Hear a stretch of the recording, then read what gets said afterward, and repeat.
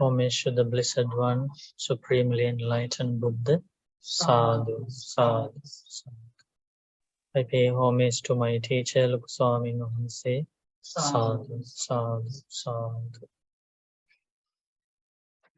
Okay, today, dear Dhamma friends, today we are going to learn this beautiful sutta from the Majjhima Nikaya. This is the beautiful sutta we are going to discuss and learn today. Who is going to start reading? So this is Uddesavibhaṅga Sutta. Uddesavibhaṅga Sutta.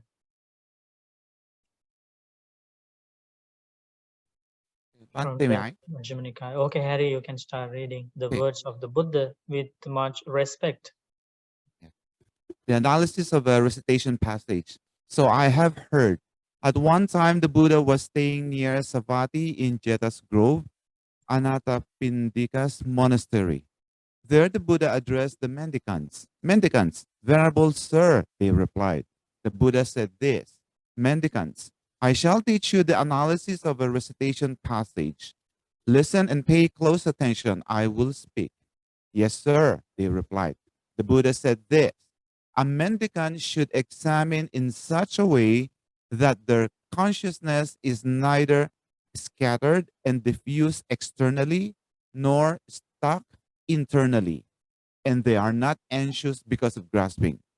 When this is the case, and they are no longer anxious, there is for them no coming to be of the origin of suffering, of rebirth, old age, and death in the future. That is what the Buddha said. When he had spoken, the Holy One got up from his seat and entered his dwelling. Soon after the Buddha left, those mendicants considered. The Buddha gave this brief passage for recitation, then entered his dwelling without explaining the meaning in detail. Okay, very good. So this is the summary taught by the Buddha, summary about a very deep teaching. Tata tata bhikkhave bhikkhu upaparikkhaya yatha yatha upaparikhato bahidda chassa viññānaṁ avikkhittaṁ avisattaṁ ajjattaṁ asantittam anupadaya na paritasseya. So followers should examine in any such a way that their consciousness is neither scattered and diffused externally nor stuck internally, and they are not anxious because of grasping. Bahidda bhikkhave viññāne avikkitte avisate sati ajjattam asantite anupadaya aparitassato ayatin jati jara marana dukkha samudaya sambhava nahoti. When this is the case, when the consciousness of that person is neither scattered and diffused externally nor stuck internally, and he is not anxious because of grasping, he is no longer anxious. There is for him no coming to be of the origin of suffering. So that's when that consciousness acts like that, that is how that practitioner attains the end of rebirth, end of old age, and end of death in the future. Jati, jara, marana, dukkha, samudaya, sambhava nahoti. That is the end of all sorts of suffering. So does that mean that's the end of grasping? Yeah, as a result of the ending of grasping, this practitioner attains Nibbana. Another word of ending rebirth, old age, and death in the future means that the disciple has attained Nibbana or Nirvana, the freedom from suffering. So it is not easy to attain Nibbana, is it? The consciousness, see how much work to be done in terms of realizing the consciousness, right? But fortunately, even though this is the summary of a very deep teaching, because consciousness is one of the subtlest thing in life, right? And but one of the great arahants, the disciple of the Buddha, is going to explain the meaning of this, how he learned from the Buddha, right? A very wise disciple of the Buddha. So that's why we are very lucky, because we have all the details and how to understand the deep meaning of this summarized Dhamma teaching given by the Buddha. So Buddha taught this beautiful, amazing sutta about ending suffering. The Sugato, the Holy One, got up from his seat and entered his dwelling. Sometimes Buddha would do like that, giving the opportunity to the disciples of the Buddha, the great arahants, to explain the meaning to the monks and nuns and all the other lay disciples. So they place faith and confidence in the disciples of the Buddha, the great arahants of the Buddha as well. So how did the monk think about it? The Buddha gave this brief passage of recitation, then entered his dwelling without explaining the meaning in detail. Okay, now what are they going to do?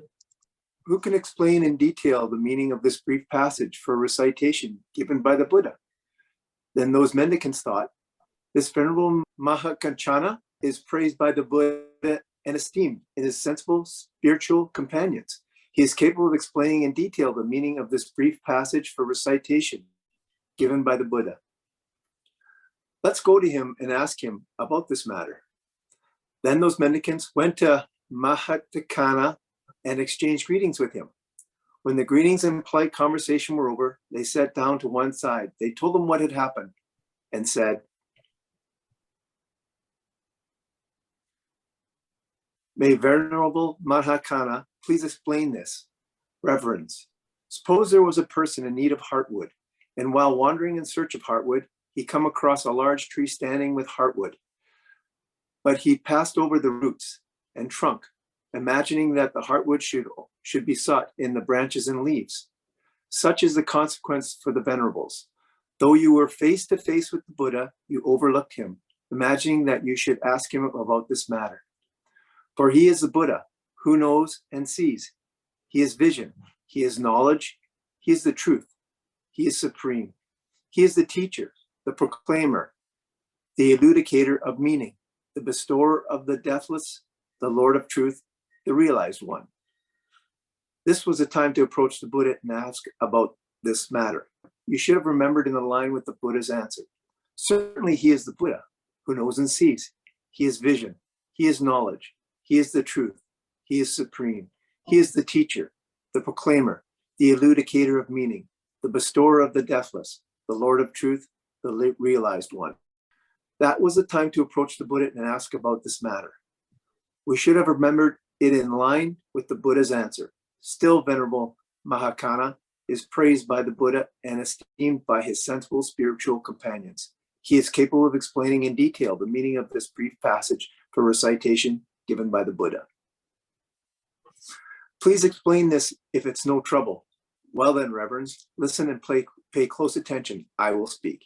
Yes, Reverend, they replied. Venerable Mahakana said this. Reverence, the Buddha gave this brief passage for recitation, then entering his dwelling without explaining the meaning in detail. A mendicant should examine in any such way that their consciousness is neither scattered and diffused externally nor stuck internally, and that they are not anxious because of grasping. When this is the case and they are no longer anxious, there is for them no coming to be of the origin of suffering, of birth, old age, and death in the future. So did you see the humility of arahants? Right? When they were questioned, they didn't just jump and start answering the questions, like always wanted to direct the friends and followers, disciples to the Buddha. Buddha is the, remember the words he used? Huh? Yeah, like heartwood, right? Why did you forget the heartwood and coming to these leaves and branches now? That's how they thought about themselves. They always praise the Buddha. That's how, that's the nature of the enlightened monks and nuns. That's the nature, because they are extremely grateful for the Buddha. These are the words they saw, that that sense of gratitude. Adhauso kachana bhagava janan janati passam passati. The Buddha is the one who knows and sees everything. They don't say, okay, good that you came to me. I can explain very well. I know the meaning. Completely opposite. The Buddha is the one who knows and sees everything. Chakku bhuto. He is vision of truth. Jnana bhuto. He is knowledge. Dhamma bhuto. He is born of the Dhamma, born of the truth, born of the knowledge. Brahma bhuto. He is supreme. He is the wisest. Vatta. He is the great, the proclaimer of the teachings, right? The great teacher. Pavatta, attassa ninneta, elucidator of the meaning. He is the one who to elaborate all the meanings, right? The beautiful words, right? The names for the Buddha. Amatassa data, amatassa data. He is the giver of deathless. Deathless means and is synonym for nibbana. He is the giver of nibbana. Amatassa data. You must memorize these words for the Buddha. Dhammasami, another beautiful word. Dhammasami, the Lord of the Dhamma. Dhammasami, he is the Lord. He is the arouser of the Dhamma. He is the discoverer of the Dhamma. When you think like that, can you add your own ideas? Can you add your own interpretations? Can you add your personal experience? The world doesn't need that. The world needs what the Buddha taught, what the Buddha discovered, because he is the enlightened one. Think about, even arahants didn't want to add. The liberated monks and nuns didn't want to add anything to these things. How can they do that? Because they know the discoverer of the Dhamma is the Buddha. He is the knower of the Dhamma. He is the vision. He is the knowledge. He is the truth. Tathagato, Dhammasami Tathagato, the Blessed One, is the owner. Another meaning of Sami is the owner. He is the owner of the Dhamma. So that is the perception, the idea always those arahants held about these teachings. One day, an arahant named Uttara, that happened after the passing away of the Buddha. This arahant Uttara Thero was teaching some beautiful Dhamma to a group of monks, and the gods were listening to that. And then they went to their leader, the Lord of gods, the Sakka. They told the god Sakka, Majesty, or Lord of gods, the Arahant Uttara is teaching a beautiful Dhamma in that village to a group of monks and group of disciples of the Buddha. And then God Shaka wanted to go there, also wanted to listen to that, and he went to came to the human world, and he was listening to that. And in the end of the Dhamma talk, the discourse, God Shaka went to that Arahant Thero worshipped him and asked, is this your understanding? This is beautiful. Is this your understanding? And he said, my understanding? I will tell you a simile. The Arahant Thero told the God Shaka, I will tell you a simile. There is a huge pile of grains in a village, and people from different areas, they go to that huge pile of grains with different containers. Some go with different, like big containers, some go with small containers, boxes, cans, right? And they take, everybody takes from that pile of grains, and then they return to their home. And then somebody meets them on the way and asks, where did you get these things? Did you earn these? And they say, no, there is a huge pile of grains there, and we took it from there. And then the Arahant Uttara says to God Shaka, in the same way, God Shaka, whatever beautiful, enlightening, awakening words in the world, they were all proclaimed by the Blessed.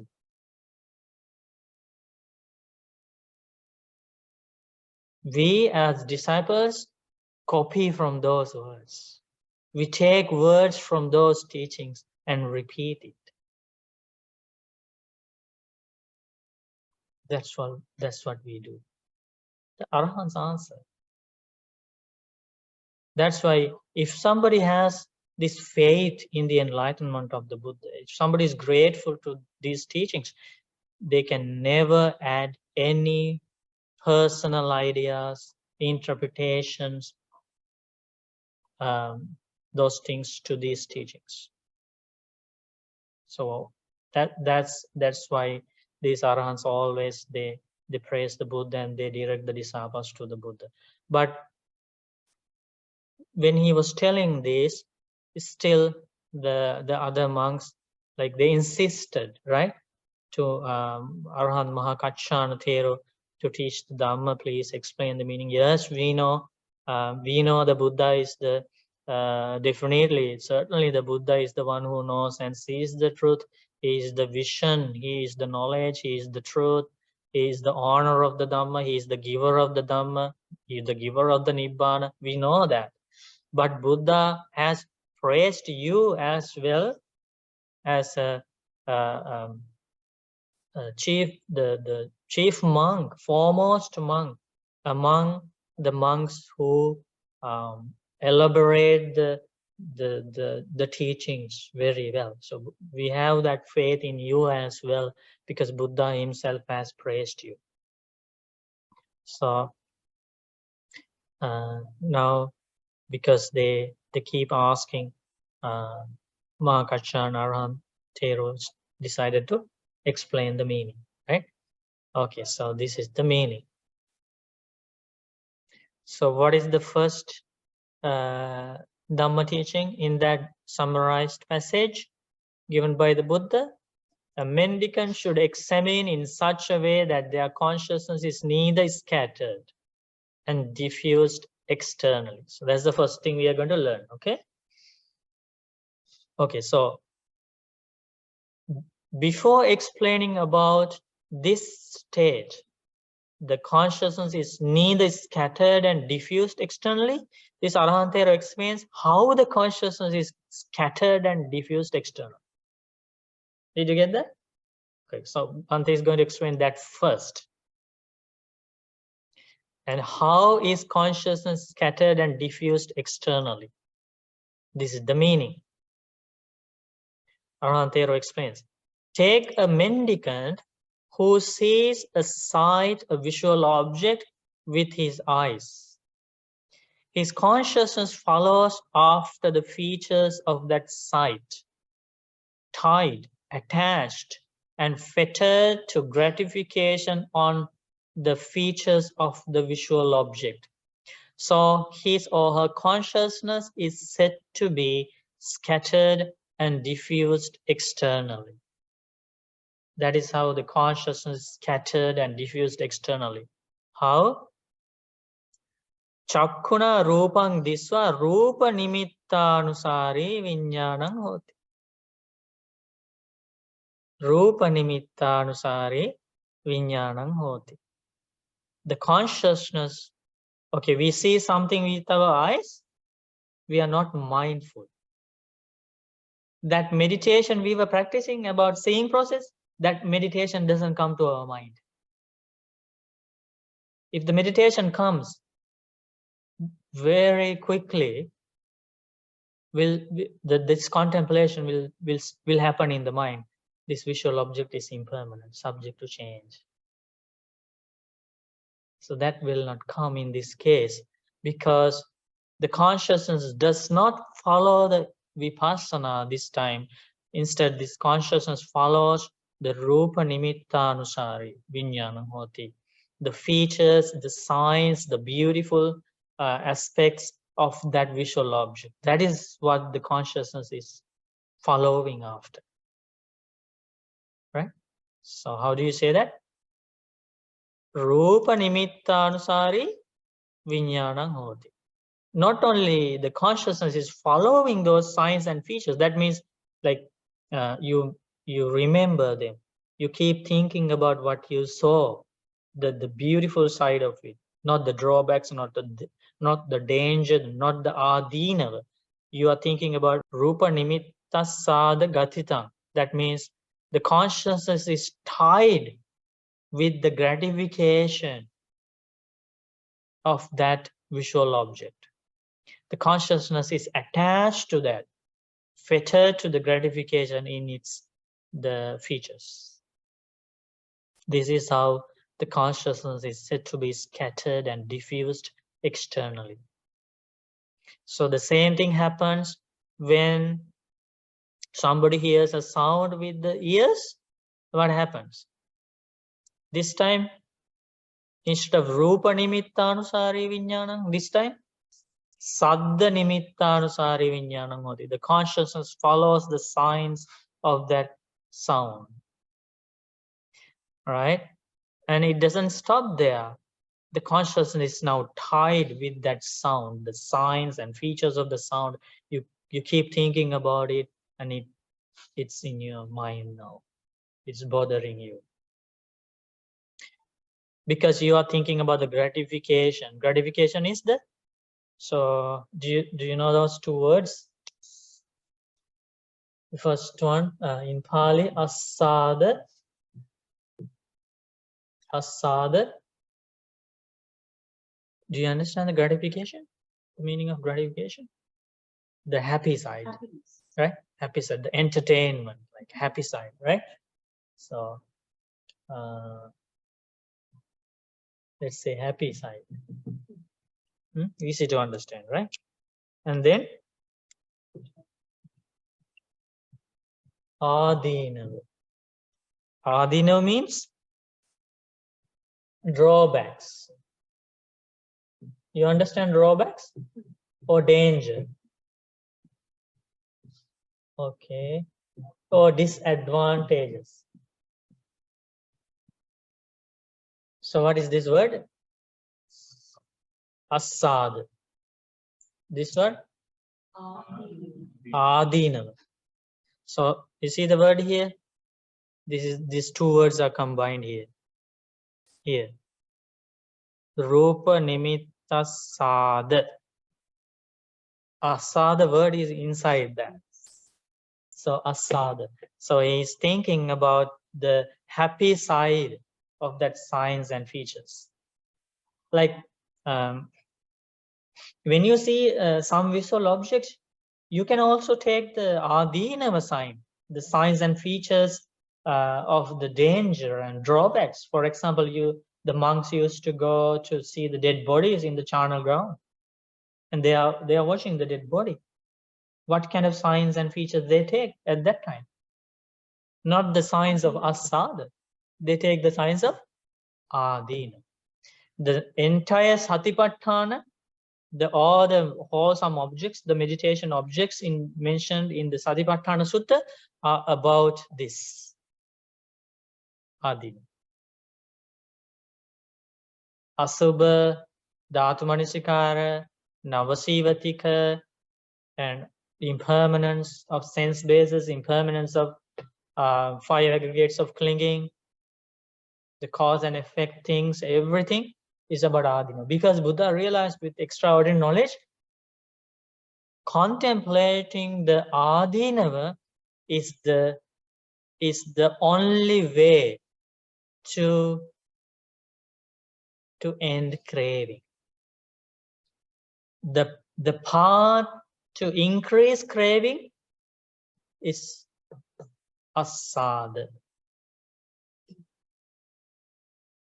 When we contemplate, when we focus on the beauty of a visual object, the happy side, there is a beauty, there is a happy side, but it is always little.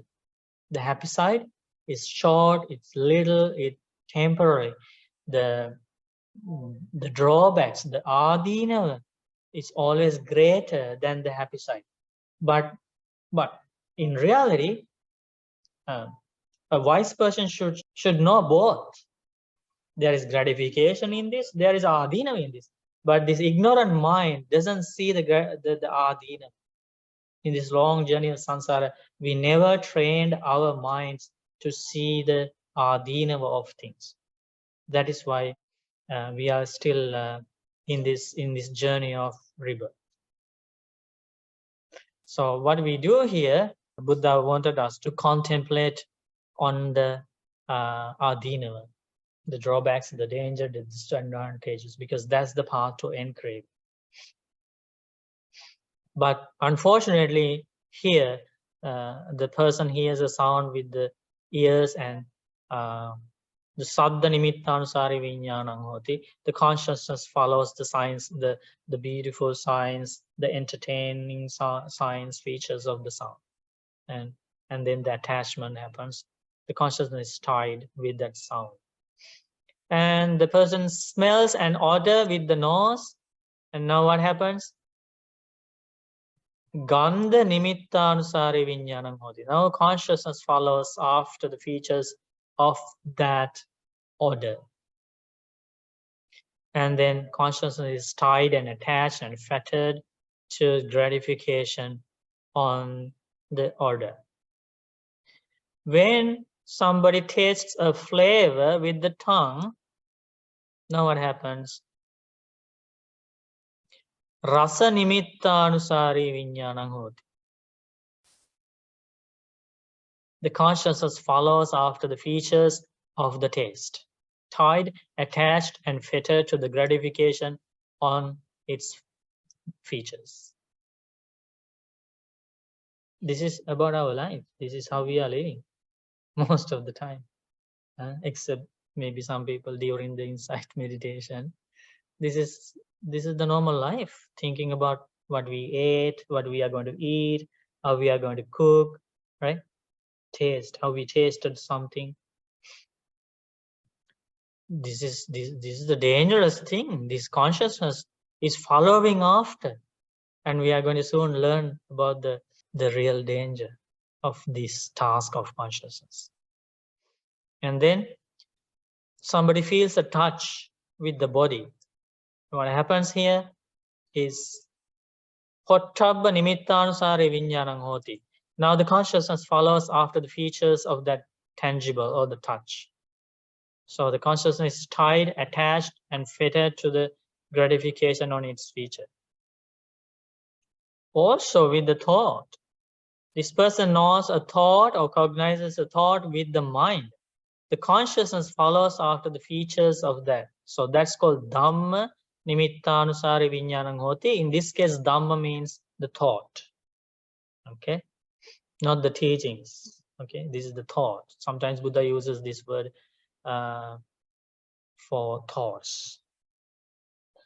So again, the consciousness is tied, attached, and fettered to the gratification on the features of the thought. So the consciousness is said to be scattered and diffused external. This is how the consciousness is scattered and diffused externally. Okay. Now we are going to learn about the danger. Nobody knew about the danger of this. People think, this is how we should live. This is how a normal living. Everybody lives like that. This is the way to enjoy the life. This is how always, right? The things work. But Buddha saw something amazing. Okay, so this is the sutta about burning. This is the Aditya Pariyaya Sutta from Samyutta Nikaya. Mendicants, I will teach you an exposition of the teaching on burning. Listen. And what is the exposition of the teaching on burning? You will be better off mutilating your eye faculty with a red hot iron nail, burning, blazing, and glowing, than getting caught up in the features by way of the details and sights known by the eye. For if you die at a time when your consciousness is still tied to gratification in the features or details, it's possible you'll go to one of the two destinations, hell or animal realm. I speak, having seen this drawback. You'll be better off mutilating your ear faculty with a sharp iron spike. You'll be better off mutilating your nose faculty with a sharp nail cutter. You'll be better off mutilating your tongue faculty with a sharp razor. You'll be better off mutilating your body faculty with a sharp spear, burning, blazing, and glowing, and getting caught up in the features by way of the details and touches known by the body. For if you die at a time when your consciousness is still tied to gratification, the features or details, it's possible you'll go to one of two destinations, hell or the animal realm. I speak having seen this drawback. You'll be better off sleeping, for I say that sleep is useless, fruitless, and unconsciousness for the living. But while you're asleep, you won't fall under the sway of such thoughts that would make you create a schism in the Sangha.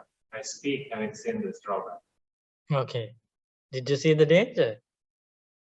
This sutta we should remember all the time, right? So this is, if we go to the Pali and see, okay.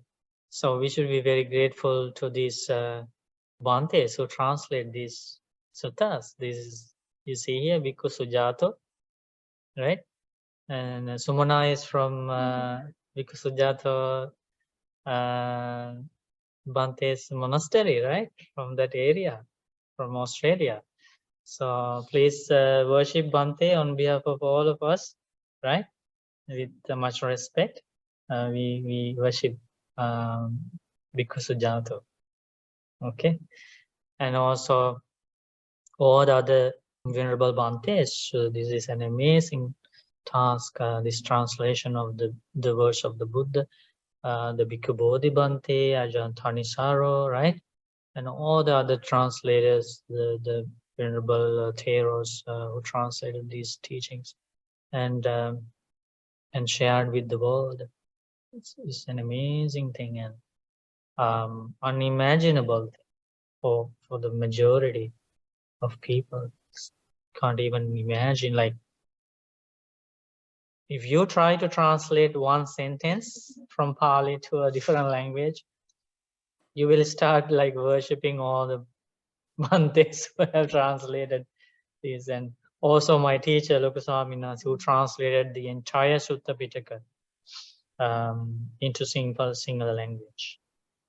So we should rejoice in the great merit, good karma of these Theros, these venerable Bhantes, these Ajahns who translated these suttas. That's why we have this opportunity today, right? use these translations, learn about them, discuss about them, share with the friends.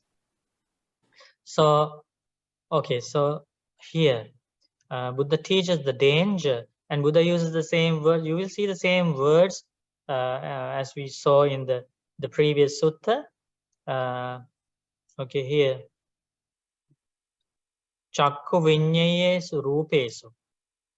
Now this consciousness, chakku vinyana means eye consciousness, right? Anubhyanjanaso nimitta gaho. Nimitta sada gatita. Remember the same word was there. Asada, rupa sada gatitam, right? That means this consciousness, consciousness is tied to gratification in the features or details of the visual object.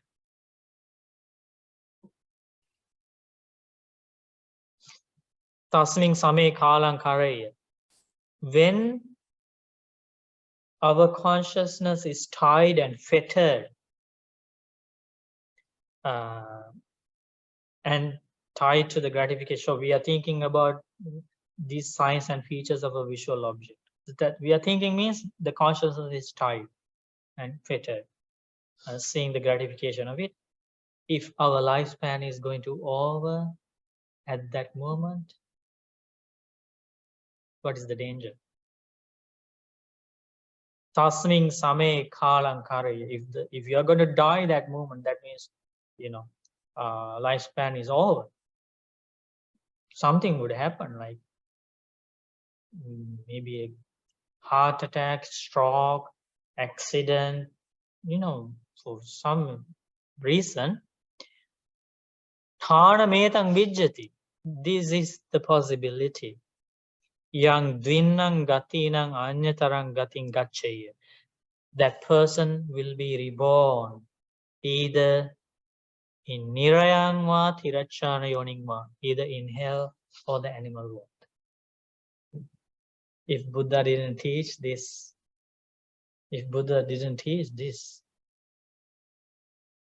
the only way of living is seeing the gratification of things, right? That is why Buddha teaches, Varam bhikkave, you would better destroy your eye faculty with a red hot iron nail, burning, blazing, and glowing, than getting caught up in the features of the visual objects. This is the thing that we forget always. How much compassion the Buddha has. So Buddha first explains the gravity of this danger first, and then Buddha gives us a solution for this. And Buddha says, in the end of this explanation, Buddha teaches,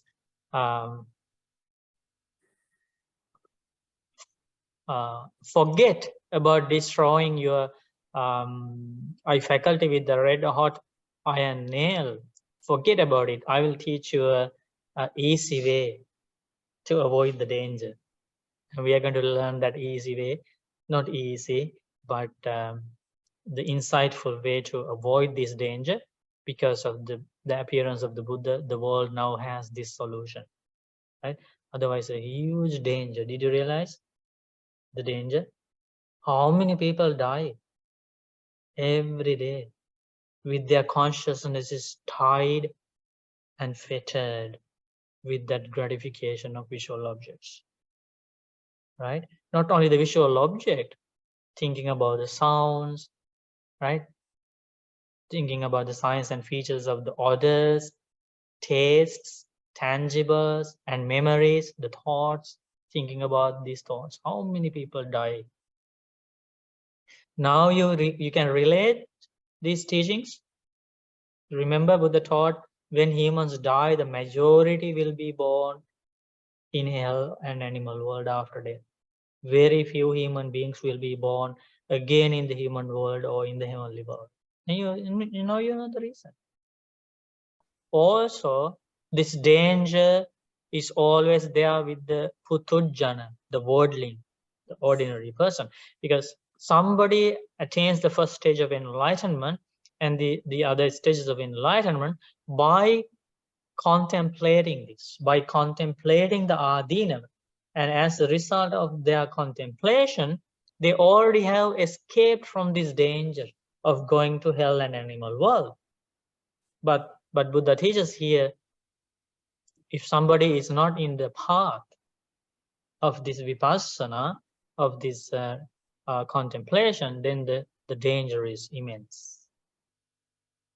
So that is the danger of the scattered consciousness. This is the danger of externally diffused consciousness. Now you understand the meaning? This is the danger. Yeah, the signs and features means, okay, so let's say we saw somebody with long hair.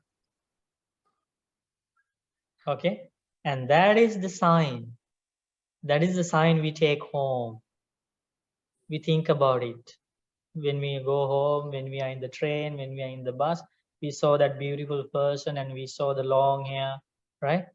And we now think about it. Or we saw the beautiful the nails or whatever, right? Beautiful eyes or whatever, and that becomes a sign. And features means so what is the Pali word for signs and features? Yeah, anubhyanjanagaya. So signs, signs and features, they go together, like the same meaning. When you say, like, sometimes somebody remembers the entire visual object, and that becomes a sign, entire body of the person or whatever. And anubhyanjanagaya means each details. As I said before, the head hairs or the nails or the lips or the teeth or whatever, eyes or whatever. So that becomes the anubhyanjana in any object, right? That's only an example. Or you see something, beautiful cake, huh? And you remember that, and you keep thinking about that beautiful cake, the color of it, the design of it, huh? Signs and features of the visual object, and your craving for taste is increased like that.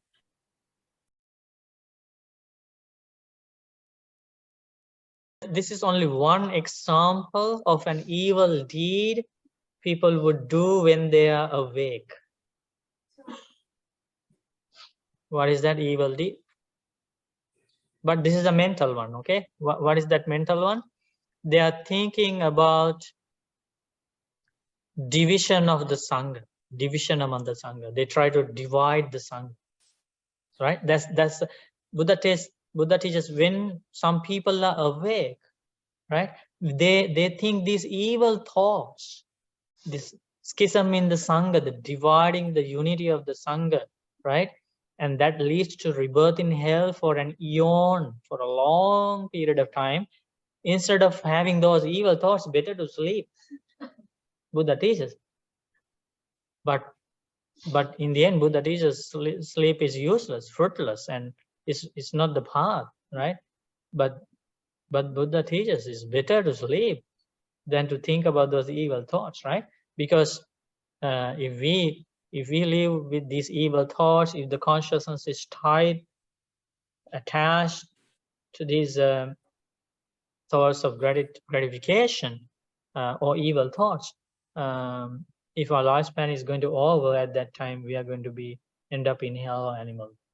And also, please understand, the most dangerous realm among all the realms that block the attaining nibbana or following the Dhamma path is the realm of hell, and also the realm of animal world.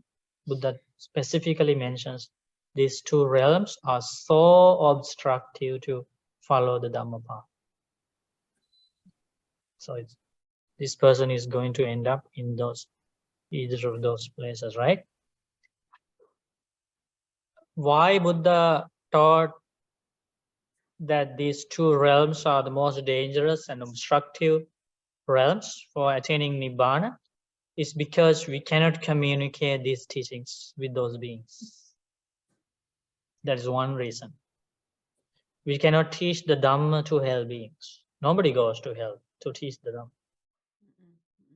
And animals cannot understand this teaching. We cannot communicate with them. That's one reason.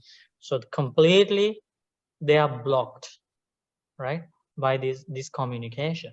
And the other thing is, Buddha teaches, in order to attain Nibbana, beings need the good karma coming from their lives, from their background. There should be lots of merit, right?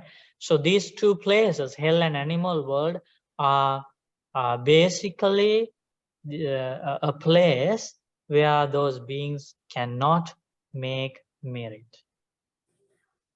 Because Buddha teaches in hell, there is only repaying for your misdeeds, like it's torture, extreme pain in that world. There is not a single opportunity to make merit, to give dana, to give precepts, to meditation, nothing.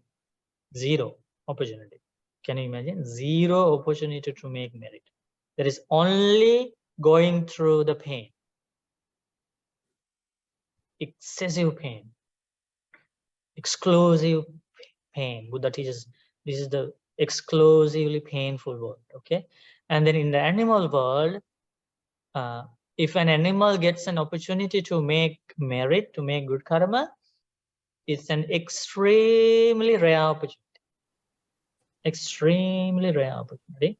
So it's Buddha teaches in the animal world, there is only these two things mostly. Anyamanya dubbala kadika, because of their limitless hunger and thirst, unending hunger and thirst. That's a burning. They are burning from the hunger and thirst, and always the weaker one is attacked by the stronger one. So that's that fear.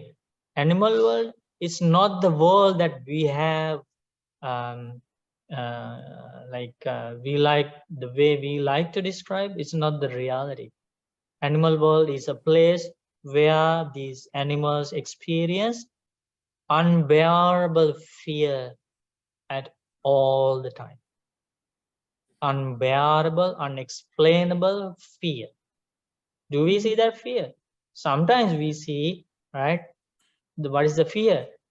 All the animals have this fear of being attacked by a stronger animal. Think about this good karma of becoming a human being. We don't have that fear all the time, only sometimes. When you see some people around guns, right? With guns, when you're around them, you have the fear of, right? You're going to be attacked. But in general, when we are among human beings, we don't feel that fear. We feel, sometimes we feel security, right? Like some people are very friendly to us, helpful to us. That's the good karma bringing to this human world. But animal world is completely different. Every animal, you see, when you give some food to some animals, they can't even eat that. They can't even drink a little bit of water. They watch this side, that side, right? Always restless. That's the immense fear in the animal world. So Buddha teaches, in beings in these two worlds don't have the opportunity to make good karma, right? So that's the danger. Because they don't have the opportunity to make good karma in those worlds, it's extremely difficult to come out of those worlds to get a human rebirth or a heavenly rebirth next time. It's extremely difficult. They get extremely rarely they get human rebirth or heavenly rebirth. They come out of the animal world or the hell realm, because that state is not permanent. Hell is not permanent. The life in hell is not permanent. The life in animal world is not permanent. They have a limited lifespan. But the thing is, they are stuck in this miserable planes. So an animal would die, but will take rebirth as a hell being again. A hell being will die and will take rebirth as an animal. Animal will die and take rebirth as a ghost. So you see that they are stuck in that miserable realms. It's very difficult to come out of that realm and to gain a human rebirth or a heavenly rebirth, because they cannot make good karma. But very rarely, if a being comes out of that realm, is not because of the good karma they made in that life, is the good karma they made in their previous lives when they were in the human world or heavenly world. But very like unusual, in very strange circumstances, some animals get the opportunity to make good karma in their animal life, like the horse Kantaka, who took the Prince Siddhartha on his back. The population of animals, you cannot even count. You cannot even count the animals, the population of animals in your backyard. So let alone the animals in this entire earth, entire ocean, entire world, you cannot count. Imagine with that number, incalculable number, 1 or 2 animals like that, very rare. So what is the lesson? So the lesson here is we should not live with our consciousness tied and attached to the beautiful signs and features of the external objects, visual objects, sounds, smells, tastes, tangibles, and thoughts. That is the lesson, because it's our that consciousness is linked with the karma, and that will give the rebirth. Right? It's not an external person who gives us that rebirth, the painful rebirth. Is this conditioned consciousness. Bante, may I ask a question? Yeah. Yes. So we were talking about gratification a while ago. Bante said that the happy side, the asada, that is kind of dangerous, right? Now Right. the drawbacks, Bante said that it's a bit of a painful thing. However, that aids. Now I'm wondering, would it be much better if there is a neutral, something like, because if it's a neutral gratification through No. neutral. Okay. No? Hold on. So this is the explanation of the opposite. Okay. And how is consciousness not scattered and diffused externally? This is what we need. Right?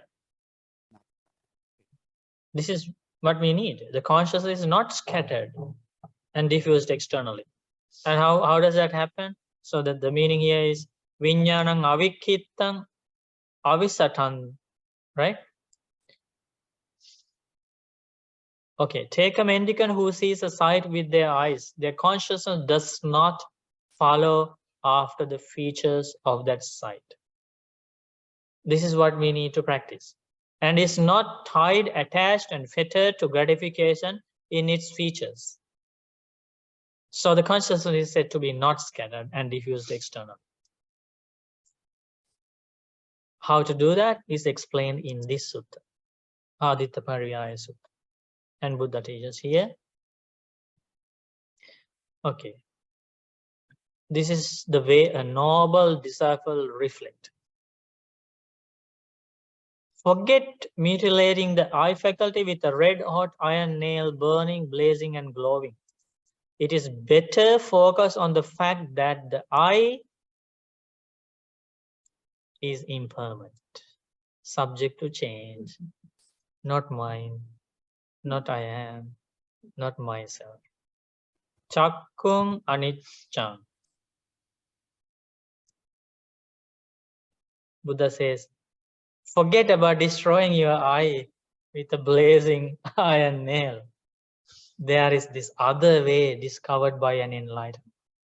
So you can avoid that dangerous task of the consciousness. How? You use your vipassana knowledge.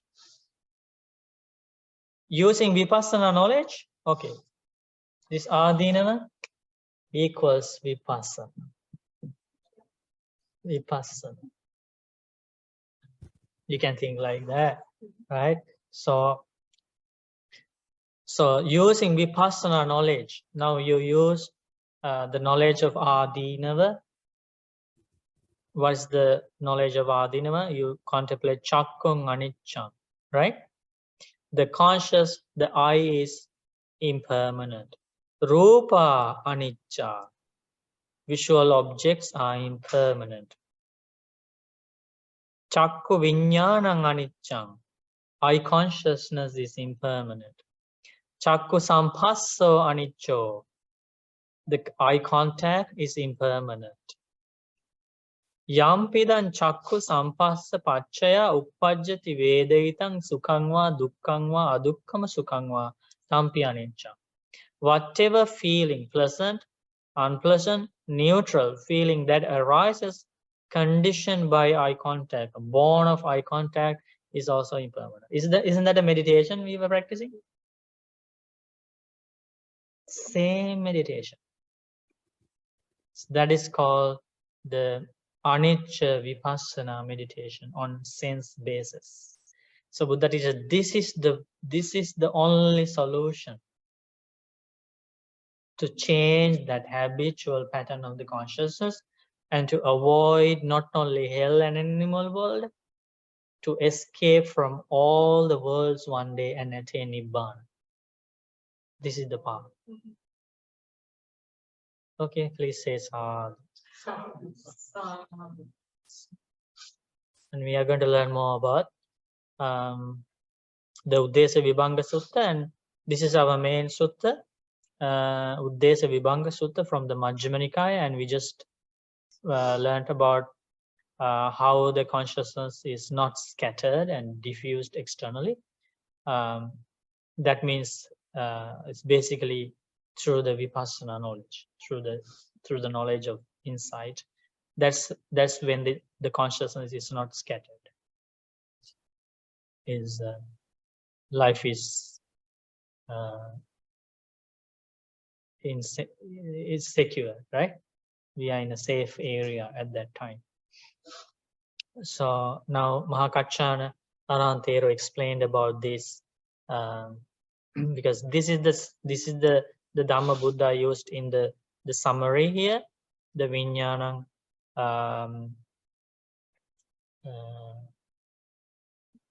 Viññānaṁ avikkhittaṁ avisattaṁ. That is the Dhamma taught by the Buddha, and now Arahantero Mahakachana explained about it. And we learned about the danger of the scattered consciousness, right? And now we learned the way how the consciousness is not scattered. Isn't that a powerful sutta again? Yeah. Right? What happens if we passed away without knowing these things? Very, very dangerous. At least now we know what's going on, what is happening inside the life, and so if we can place confidence in the enlightenment of the Buddha, and that will open the path to end suffering one day.